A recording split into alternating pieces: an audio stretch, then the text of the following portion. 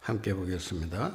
너는 일어나 시내로 들어가라. 내가 행할 것을 내게 이를 자가 있느니라 하시니 같이 가던 사람들은 소리만 듣고 아무도 보지 못하여 말을 못하고 서 있더라.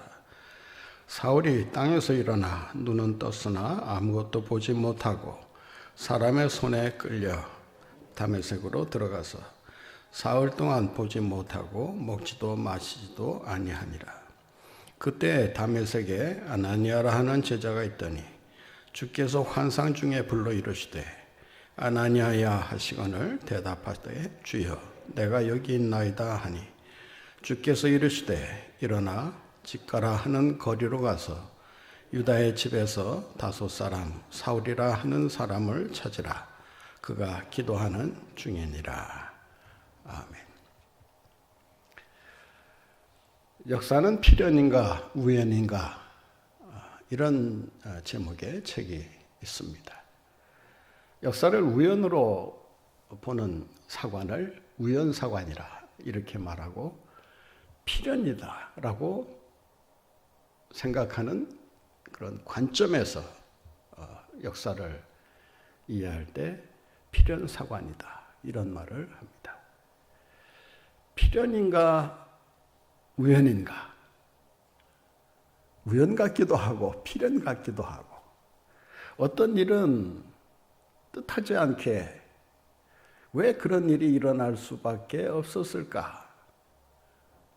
의아해할 수밖에 없는 그런 돌발적으로 일어나는 사건이 있습니다. 그런데 그 사건이 그 사건으로 끝나는 것이 아니고 그 사건이 일파만파로 커지면서 뭔가 어떤 새로운 그 변화 또 새로운 그 역사의 그 움직임을 보여주는 이런 사건으로 진행되는 것을 보게 됩니다. 그래서 많은 학자들은 역사는 우연적이라고만 보기에도 그렇고 필연적이라고만 보기에도 그렇고 우연과 필연이 이렇게 서로 합쳐져서 일어난다. 뭐 이런 말을 하고 있습니다. 동구권에서 그 시작되었던 그 독일 그 통일의 그 사건이 있지 않았습니까? 그 사건이 일어나게 된 그 계기를 살펴보면 아주 우연치 않게 그 통일이 시작되었다라고 말을 합니다. 당시 동독은 그 주민들을 억압하고 있었기 때문에 그 여행의 자유화에 대한 열망이 계속 끌어오르고 있었지만 여행의 자유를 주면 통제하기가 어려워질 것이다 라고 판단을 해서 계속적으로 강압적인 정책을 써왔던 것입니다. 그러나 하도 이러한 그 의견이 분출하면서 공산당 그 책임자 입장에서도 이 요구를 들어줄 수밖에 없는 그런 상황에 몰리게 됩니다. 그래서 이제 조치를 발표하려고 이제 기자들을 부르게 됩니다. 그런데 기자들이 그 여행 자유화에 대해서 끈질기게 물고 늘어지면서 그 조치가 어떤 식으로 어떤 조건을 가지고 자유화가 될 것인지 좀 구체적으로 얘기해 달라는 이러한 그 기자들의 요구가 빗발치게 됩니다. 그러니까 하도 그 여기저기서 기자들이 여행 자유화 문제를 가지고 그 계속 요청을 하니까 이 공산당 책임자가 듣다 무심코 내뱉은 한 말이 그것이 이제 통일의 도화선이 됩니다. 그 말이 뭐냐면 지금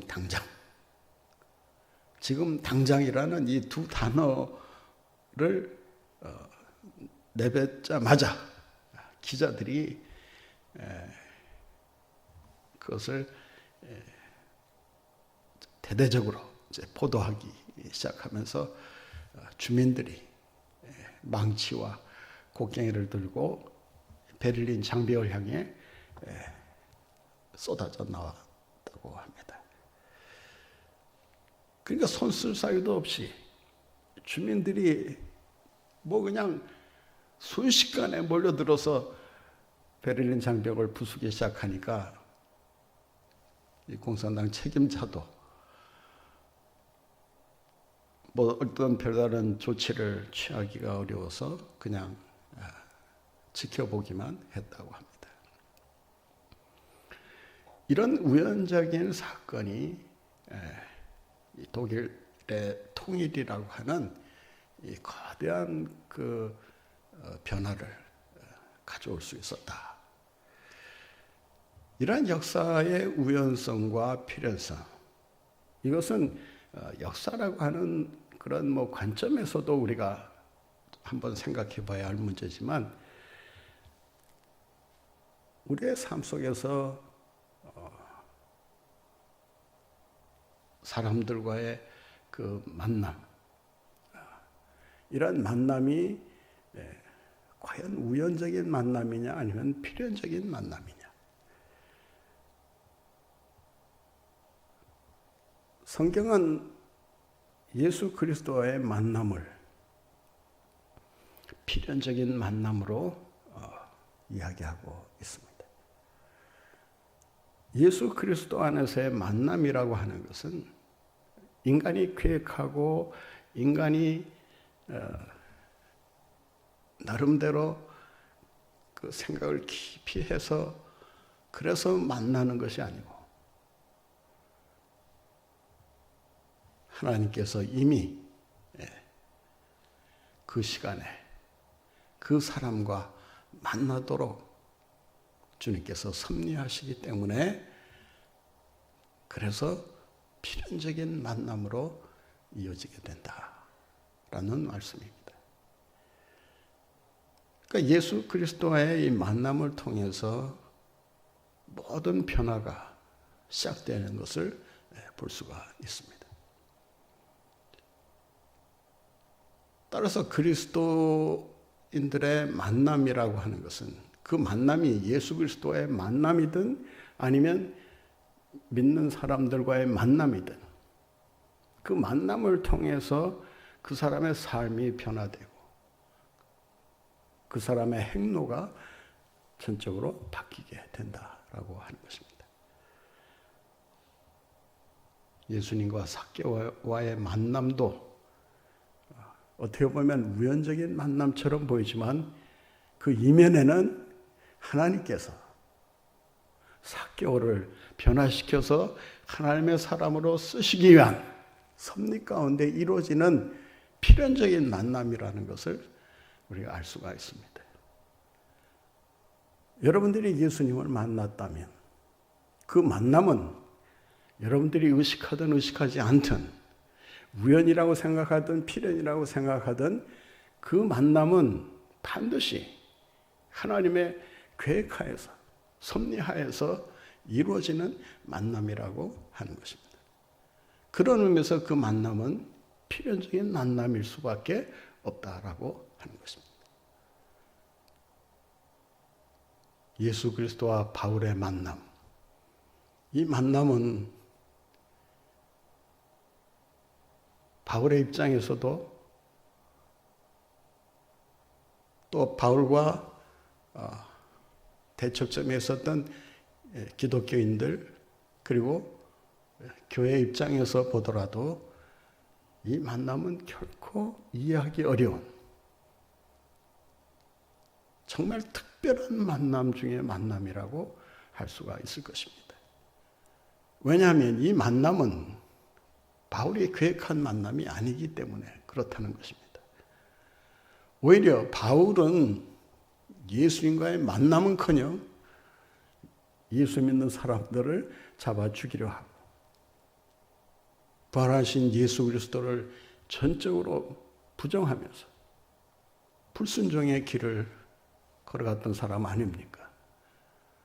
그런 생각이 그의 삶을 지배하고 있었기 때문에 그는 한치의 양보도 없이 예수 믿는 사람들을 어떻게 하든지 제거하기 위해서 동분서주하고 있었음을 알 수가 있습니다.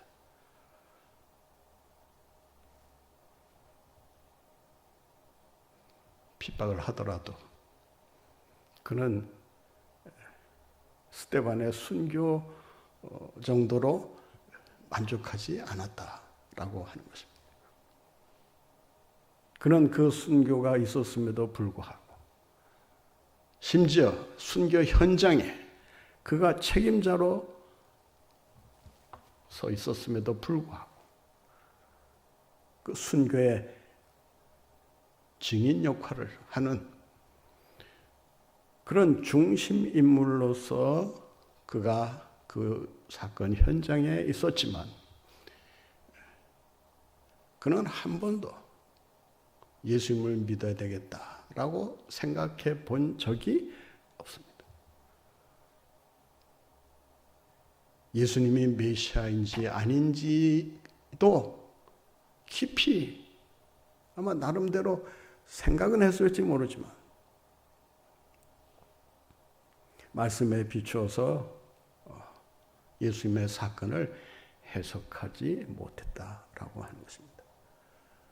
그러한 증거는 모세가 전적으로 예수 믿는 사람들을 핍박하고 잡아 죽이려 하고 교회를 제거하려는 그의 거칠고 잔악무도한 그런 행위 속에서 그의 무지가 잘 드러나고 있다라고 할 수 있습니다. 그런 예수님을 한 번쯤 만났으면 속으로 생각해 본 적도 없었다라고 할 수 있습니다. 예수님을 만나는 과정을 보면 그야말로 참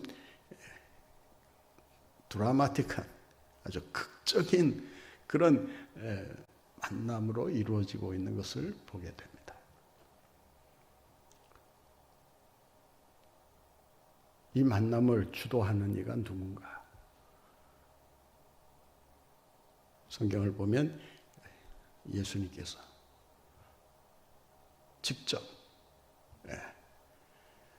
예수 믿는 사람들을 잡아 죽이려고 씩씩거리면서 담에석으로 올라가는 그 사울을 예수님께서 직접 찾아가셔서 만나 주셨다라고 하는 것입니다.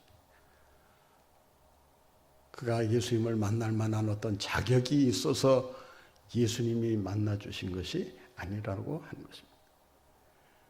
그가 예수님을 만날 만한 어떤 조건을 갖추었기 때문에 예수님께서 그것을 가상해 보시고 그를 만나러 가신 것이 아니다라고 하는 것입니다.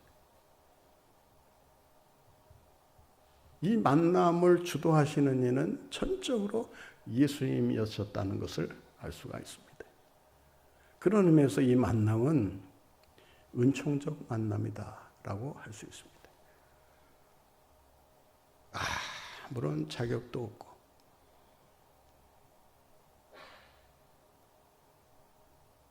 오히려 예수님을 적대하면서 예수 믿는 사람들을 핍박하려고 했던 그런 사울을 주님께서 친히 찾아가셔서 만나주고 계신다. 얼마나 놀라운 일입니까? 로마서 5장에 보면 우리가 예수님을 언제 만났느냐를 얘기하면서 이렇게 얘기합니다. 우리가 죄인 되었을 때, 우리가 예수님과 원수 되었을 때, 예수님이 누군지를 전혀 모르고 자행자재하며 살고 있을 때, 그때 예수님께서 찾아오셔서 우리를 만나 주시고 하나님의 자녀로 만들어 주셨다.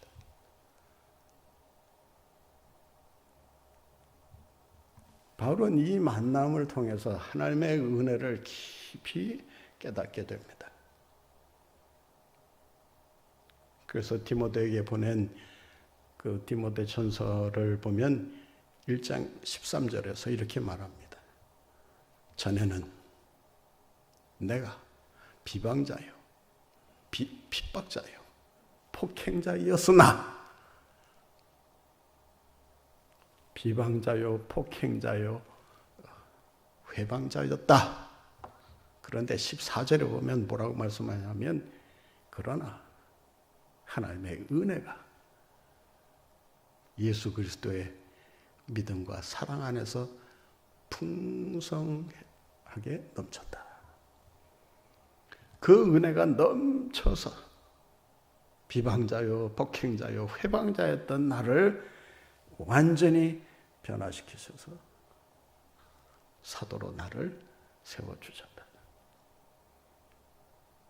나는 죄인 중에 괴수다 라고 하면서 자기가 어떤 상태에서 예수님을 만나게 되고 그 만남을 통해서 자신의 삶이 어떻게 변화되었는가를 아주 절절히 고백하고 있는 것을 보게 됩니다.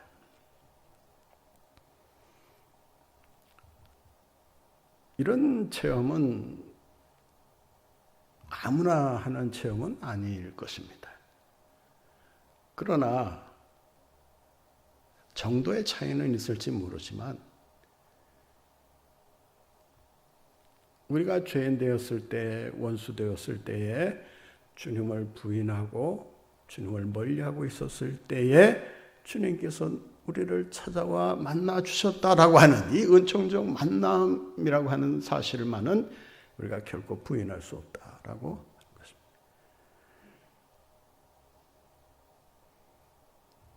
여러분이 예수님을 만났기 때문에, 그래서 여러분이 이 자리에 나와 앉아 있는 것이 아니다라고 하는 것입니다. 선택도 하나님께서 먼저 하셨고, 부르신 것도 하나님께서 먼저 부르신 것이고, 나를 하나님의 자녀 되게 하신 것도 주님께서 먼저 일방적으로 아무런 조건이나 대가 없이, 공로 없이 하나님의 은혜로, 천적인 하나님의 은혜로 내가 구원받고 의의 백성이 되었다라고 하는 것입니다. 이 은혜가 있어서 지금 내가 존재하는 것이고, 그리고 내가 주님을 믿고 살아가는 그런 신앙인이 될 수 있었다라고 하는 것입니다. 이러한 믿음이 바울에게만 있었던 것이 아니라는 것을 기억하시고, 이 은혜가 여러분에게 이미 오래전에 예수 그리스도 안에서 차고 넘쳤기 때문에 그 은혜를 힘입어 하나님의 자녀로 주님의 영광을 나타내는 일꾼으로 세움받은 줄로 믿습니다. 그러므로 우리는 이 은혜로 인해서 내가 부름을 받았다, 내가 주님의 그 은혜의 손길에 붙잡힌 바 되었다, 그 은혜가 있어서 내가 참 죄인으로 살지 않고 하나님의 원수가 되어서 하나님의 눈밖에 난 인생을 살지 않게 되었고, 죄인임에도 불구하고 이 구원의 은혜를 힘입어서 내가 주님의 자녀로 살게 되었다. 이 은혜의 의식이 우리에게 항상 있어야 한다라고 하는 것입니다.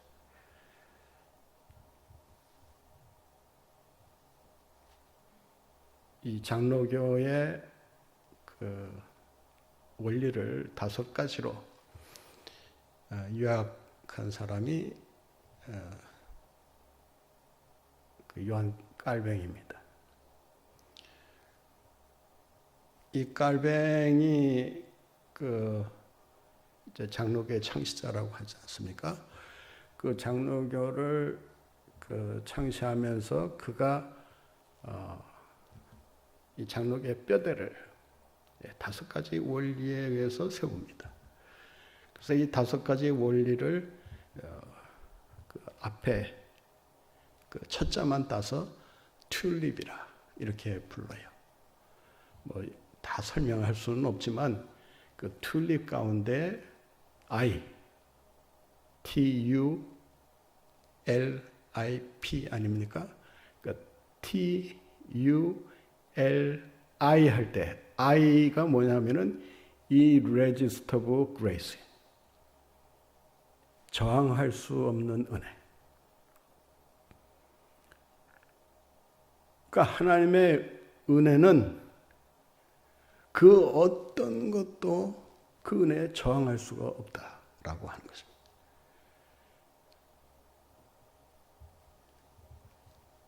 이 세상에서 가장 강한 것 중에 하나가 강팍한 마음입니다. 패역한 마음입니다. 인간의 패역한 마음처럼, 강팍한 마음처럼 깨트리기 힘든 것도 사실 존재하지 않아요. 에스겔서 1장에 보면 그 강팍한 마음을 뭐에 비유해서 말씀하고 있냐면은 금강석에 비유합니다. 금강석처럼 좀처럼 깨지지 않는 그 단단한 마음이 강팍한 마음. 그런데 이 강팍한 마음을 가지고 있는 자들에게 복음을 전해라. 듣든지 안 듣든지 복음을 전해라.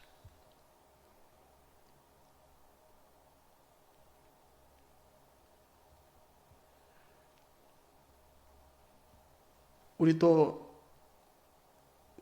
가정의 식구들이나 또 친구들이나 뭐 또 주위에 그 믿지 않는 사람들에게 이제 복음을 전할 때 완강하게 거절하는 사람들 있잖아요. 저도 몇 년 전에 그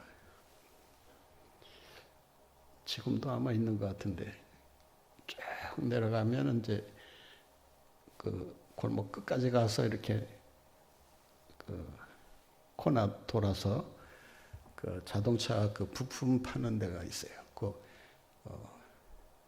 몇 번째인지는 모르지만 하여간 제가 제가 동네 중앙교회 목사입니다 하면서 이제 전도지를 드렸더니 그냥 얼굴이 그냥 안색이 변하면서 괜한 수고하지 마시고 저는 안 믿습니다. 그냥 이런 자에 거절하고 몇 번도 했다가는 그냥 뭐 욕 찌거리가 나올 정도로 아주 상당히 참 그 얼굴도 그렇고 그 뭐랄까요, 그 말투도 그렇고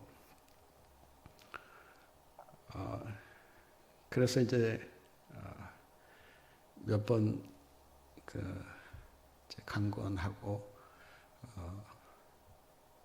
그리고 소금 소금 뿌리기 전에 나가야 되겠다 해서 좀 도망가는 모습을 보여주지 않으려고 제 나름대로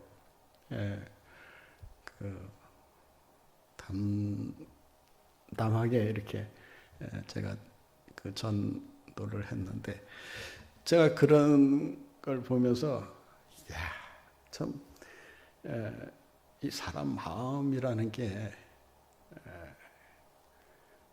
참 웬만해서는 뚫고 들어가기가 참 정말 어려운 것이구나, 이런 생각을 해보게 됩니다.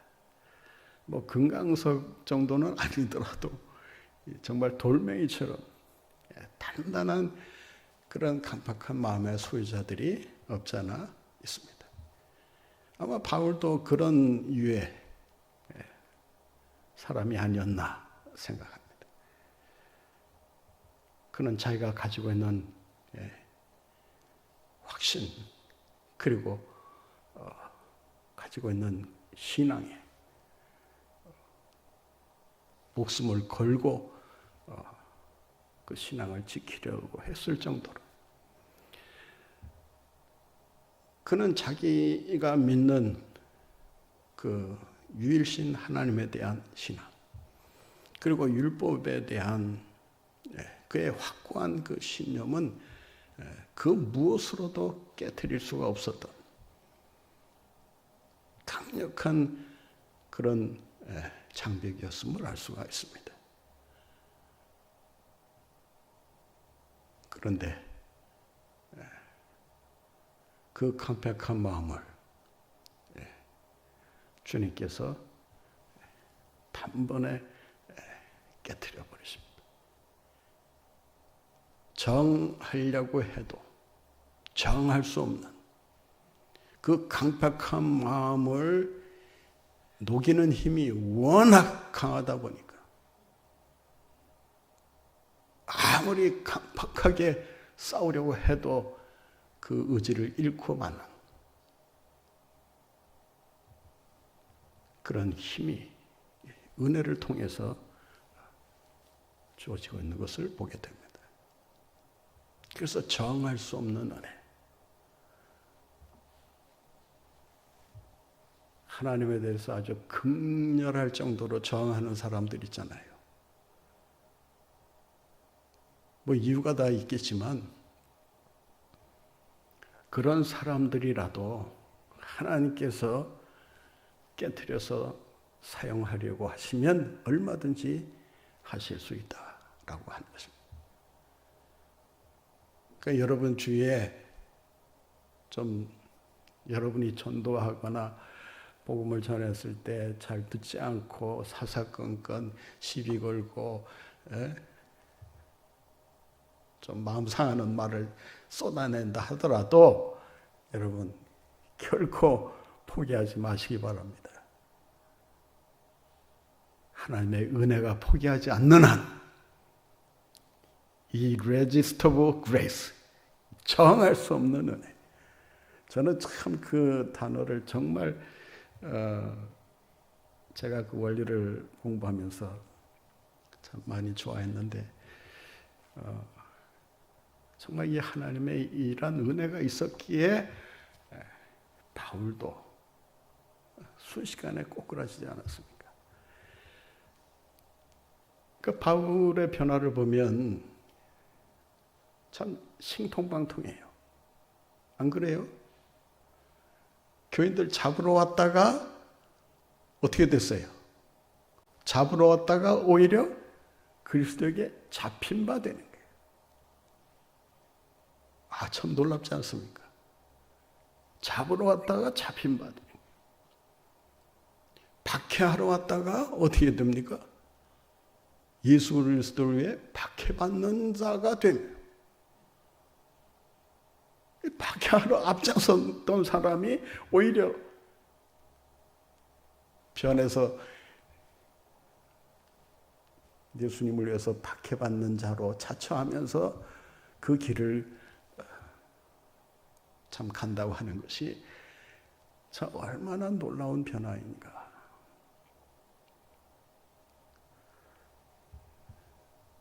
이 바울의 이 체험 사건을 보면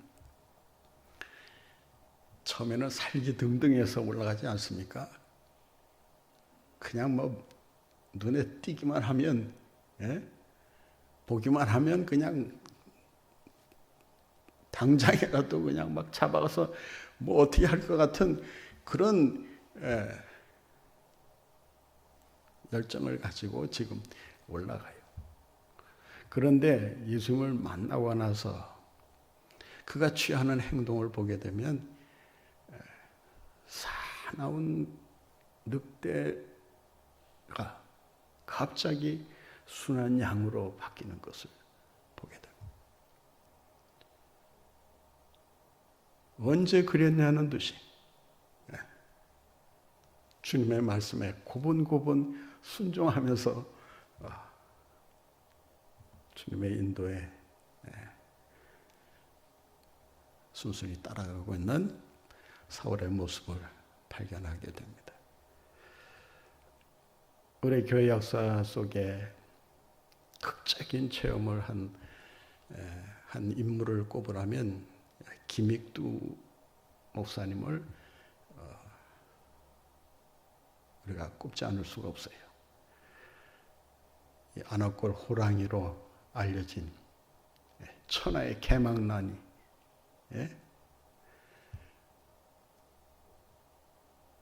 마을 주민들이 뭐 집을 나서서 어디로 갈 때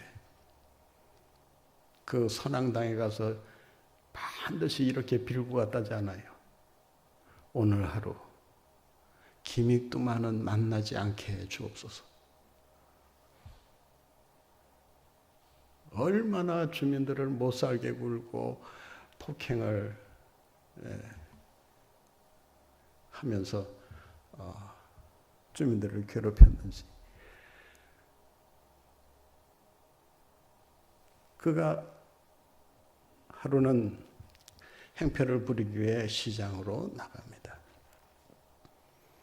그가 개망난이가 된 그 사연이 있어요. 원래는 이 부잣집 그 자손으로 이렇게 태어났다고 합니다. 그런데 아버지가 돌아가시고 사기꾼에게 집도 땅도 다 이제 사기당하면서 이 사회에 대한 또 자신을 거지로 만든 그 누군가를 향해서 분노의 마음을 품게 됩니다.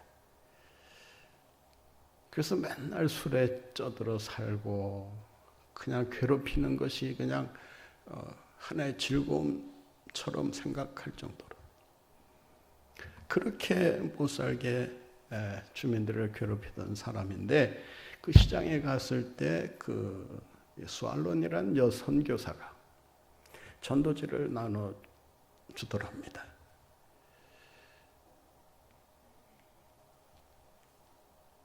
자기는 지금 그 시장에 가서 지금 한번 행패를 부리고 돈을 뜯어낼 생각을 하고 지금 가는데 갑자기 전도지를 자기가 누군지도 몰라보고 전도지를 주니까 나보고 서양 귀신 믿으라고 어림도 없는 소리 하면서 그걸 이제 이 코를 풀었다고 그래요.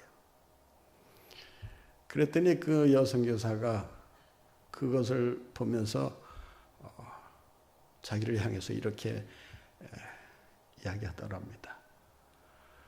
전도지 가지고 코 풀면 코가 썩어요.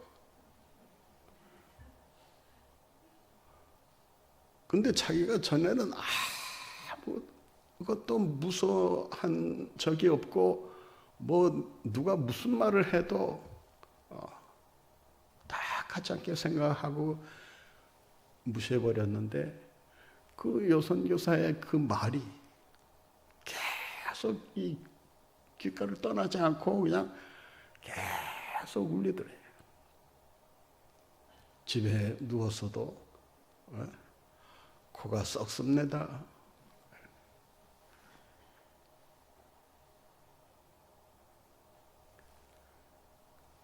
점점 마음에 두려움이 생기기 시작하면서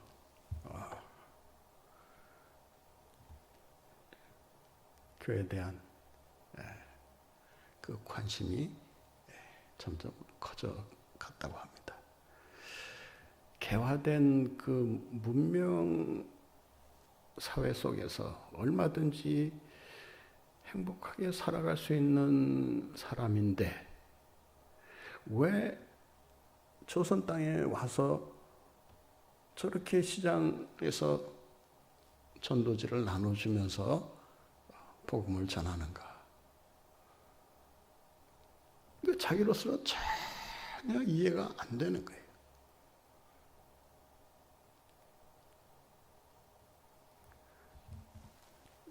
그런 가운데 이제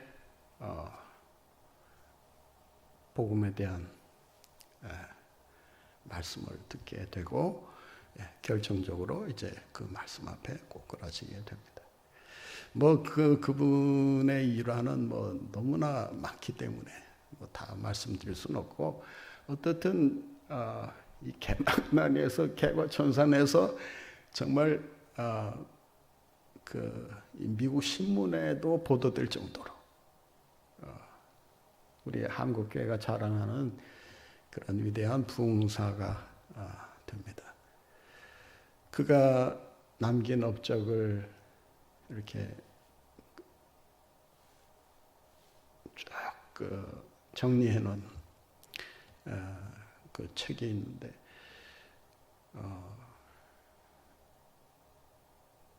참 목사 100명이 일생 목회를 해도 정말 하기 어려운 그런 큰 업적을 남겼다고 합니다.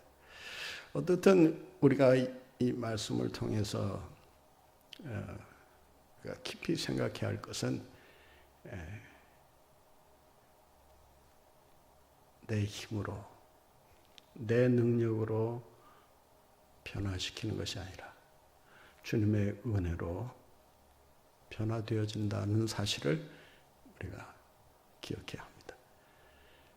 그러니까 여러분들이 여러분 가정에 수십 년 전도에도 아마 예수님을 믿지 않으려고 발버둥 치는 사람들이 있을 거예요. 여러분의 힘으로 전도하려고 하지 말고 하나님의 은혜에 맡기시기 바랍니다. 하나님께서 은혜로 역사하시면 당장이라도 하나님께서 그 마음을 부드럽게 만드셔서 하나님께서 택해 주시고 하나님의 자녀로 불러주실 줄로 믿습니다. 오늘 말씀에 보면 사울은 예수님을 만났을 뿐만 아니라 아나니아라고 하는 준비된 제자를 만납니다. 오늘 말씀에 보면 예수님께서 자신이 누구다라고 하는 것을 사울에게 알려주시면서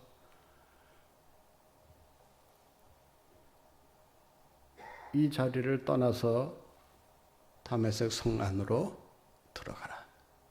들어가면 한 사람을 만날 텐데 그 한 사람이 너의 앞길을 얘기해 줄 것이다.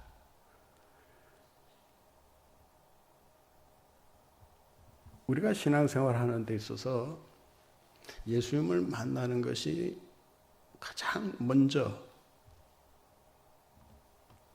이루어져야 될 일이지만 그 못지않게 우리가 관심을 가지고 좋은 만남을 기대하면서 우리가 살아야 하는 것은 나의 멘토가 되어줄 수 있는 신앙의 길잡이가 되어줄 수 있는 그런 사람과의 만남을 항상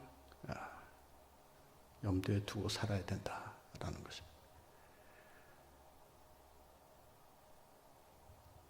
사울이 예수님과의 만남으로 그냥 끝났으면 또 어떤 식으로 그의 인생이 바뀌었을지는 몰라요. 그런데 아나니아라고 하는 이 준비된 이 경건한 제자를 만남으로써 그는 자기가 앞으로 어떤 목적을 가지고 살아야 하는지, 그리고 어떤 가치관을 가지고 살아야 하는지, 그리고 어떤 삶을 위해 내 생을 바쳐야 하는지 자기의 사명을 깨닫는 거예요. 우리가 이 세상에서 많은 사람을 만나요. 뭐 교회에서도 만나고 세상에서도 만나는데 모든 만남이 다 귀한 건 아니에요. 어떤 면에서는 오히려 그 만남이 그 사람의 삶에 방해가 되는 경우도 없지 않아 있어요. 긍정적인 만남만 있는 것이 아니고 부정적인 만남이라는 게 있어요.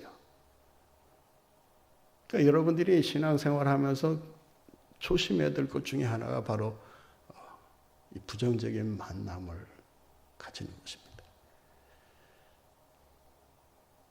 다 좋은 사람만 있는 건 아니잖아요. 또 오래 믿었다고 해도 그 믿음이 한쪽으로 기울어져 있거나 그 믿음이 균형이 잡혀 있지 않는 믿음 같은 경우는 그 믿음 때문에 많은 사람들이 상처를 받고 고생을 하게 됩니다. 그러니까 여러분들이 신앙생활을 하면서 아나니아 같은 이런 그 만남의 소유자가 돼야지, 그렇지 않고 오히려 그의 삶을 방해한다든지 힘들게 한다든지 그의 신앙생활을 망가뜨리는 이런 만남을 가지려고 해서는 안 된다라고 하는 것입니다.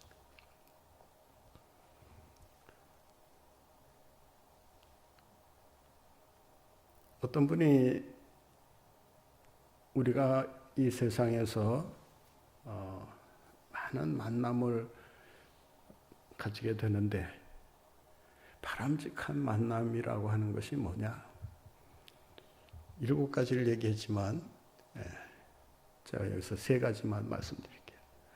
하나는 자기 인생에 20년 앞을 내다보는 사람, 이런 사람을 만나라. 아주 중요한 얘기라고 할 수 있어요. 내 인생의 20년 앞을 내다보는 사람을 만나면 그 만남을 통해서 그 사람은 반드시 성공하게 된다. 두 번째는 자신의 삶을 이끌어줄 멘토와의 만남을 가져야 된다.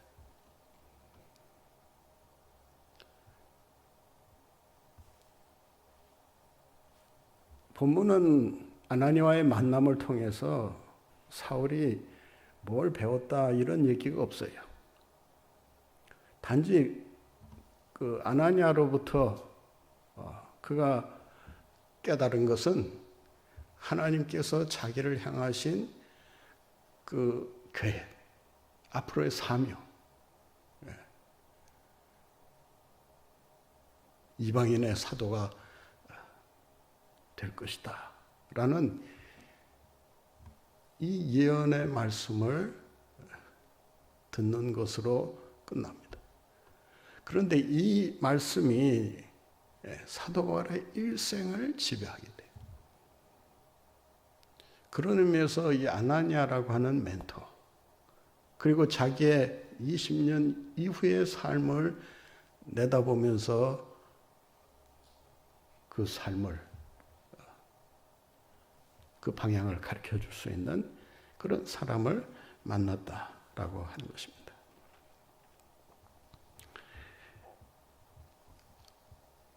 우리가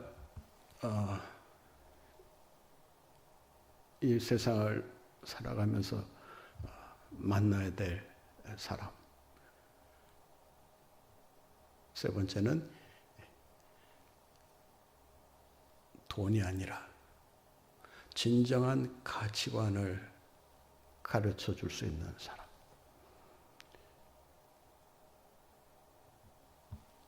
어떤 가치관을 가지고 살아야 하는가를 알려줄 수 있는 이런 사람과의 만남을 가져라. 이러한 만남 속에서 우리는 더 큰 성장을 가져올 수가 있고 그 만남을 통해서 자신의 인생이 새롭게 변화되는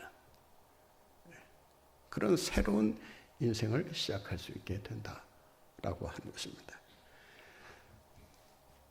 예수 그리스도의 만남과 또 좋은 신앙의 동반자이면서 멘토이면서 또한 우리의 삶의 가치관을